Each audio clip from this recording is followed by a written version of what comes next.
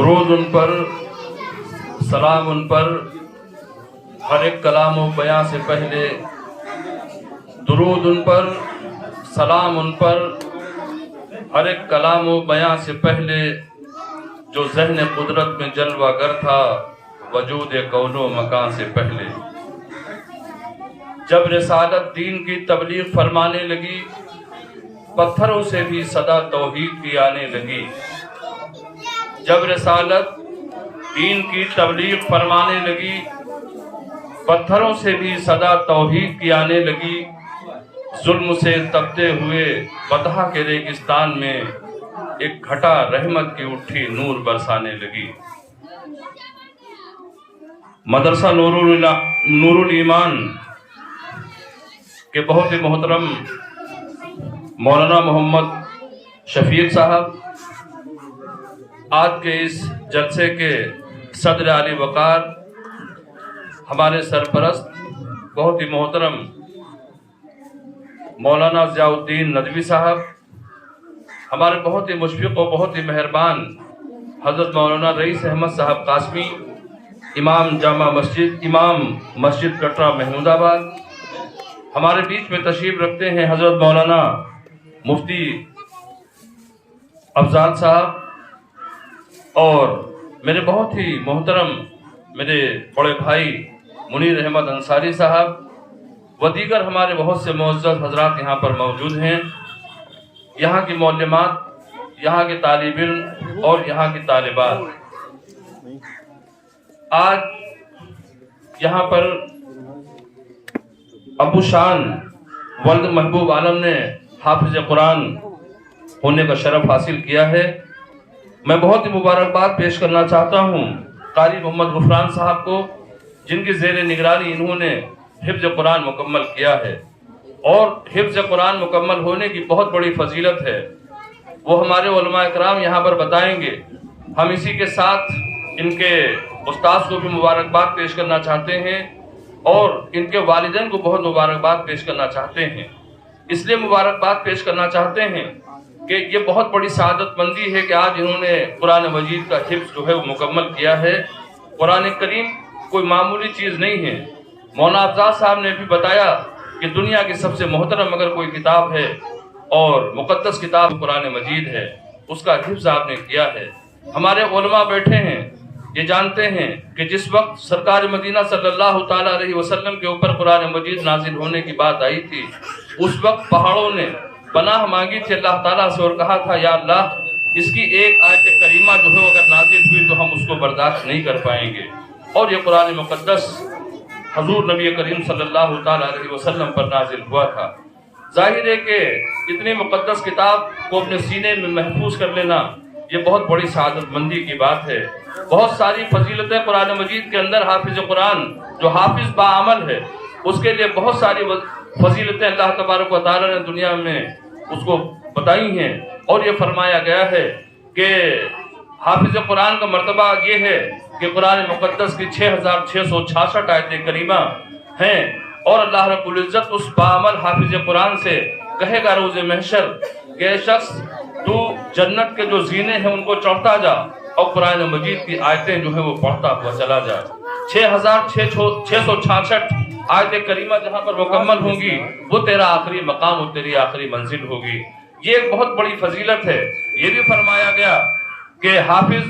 باعمل جو حافظ ہوتا ہے قرآن مجید کا، اس کی فضیلت یہ بھی شامل ہے کہ اس کے خاندان کے ایسے 10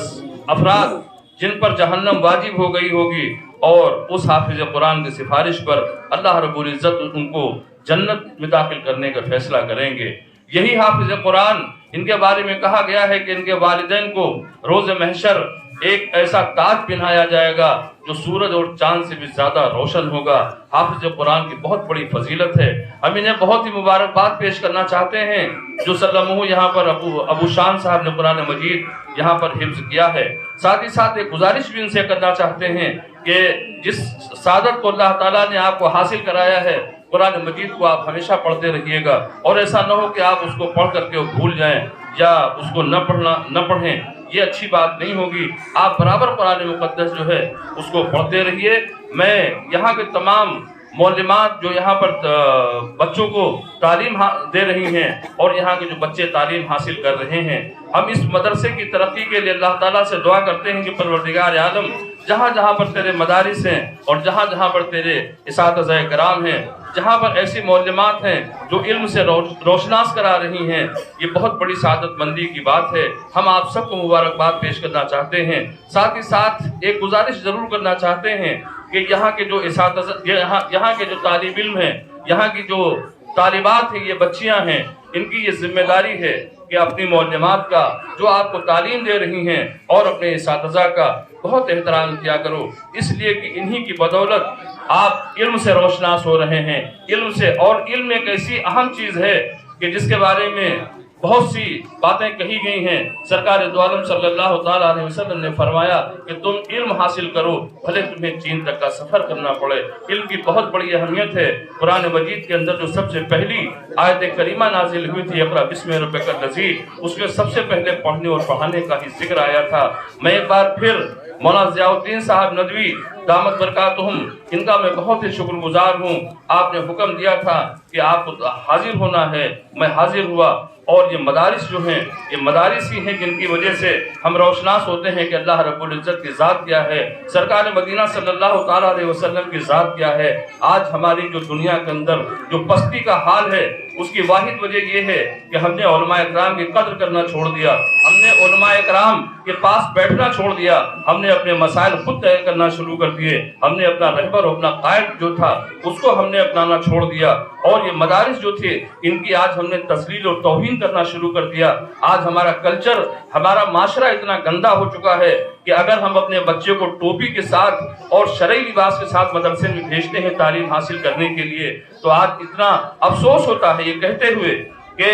ہم معاشرے میں وہ سب سے بدتر لوگ مانے جاتے ہیں کہ صاحب یہ مولوی صاحب ہیں جا رہے ہیں۔ افسوس کی بات ہے۔ آپ دیکھیے حضرت مولانا ابو الحسن علی ندوی رحمۃ اللہ علیہ کو، کہ جس وقت ان کا انتقال ہوا تھا تو خانہ کعبہ کی چابی جو تھی وہ انہی کے پاس تھی، اور یہ فخر تھا ہندوستان کو کہ ایک ایسی عظیم شخصیت کے مالک تھے وہ کہ خانہ کعبہ کی چابی کسی کے پاس ہونا یہ معمولی بات نہیں ہے۔ اور حضرت مولانا ابو الحسن علی ندوی رحمۃ اللہ علیہ ایسی شخصیت کے مالک تھے کہ جو دنیا کا سب سے بڑا ادارہ ہے انگریزی کا، آکسفورڈ یونیورسٹی لندن، وہاں پر آپ کی لکھی ہوئی تصنیف کی ہوئی کتابیں جو ہیں وہ کورس میں چلتی تھیں۔ یہ تعلیم کا مسئلہ تھا، اور اتنی بڑی شخصیت کے وہ مالک تھے۔ تعلیم، علم کا حاصل کرنا بہت بڑی چیز ہے، لیکن ہم آپ سے اپیل کرنا چاہتے ہیں، خاص طریقے سے اپنے مسلمانوں سے اپیل کرنا چاہتے ہیں کہ اپنے بچوں کو روشناس کرائیے تعلیم سے۔ تعلیم کے بغیر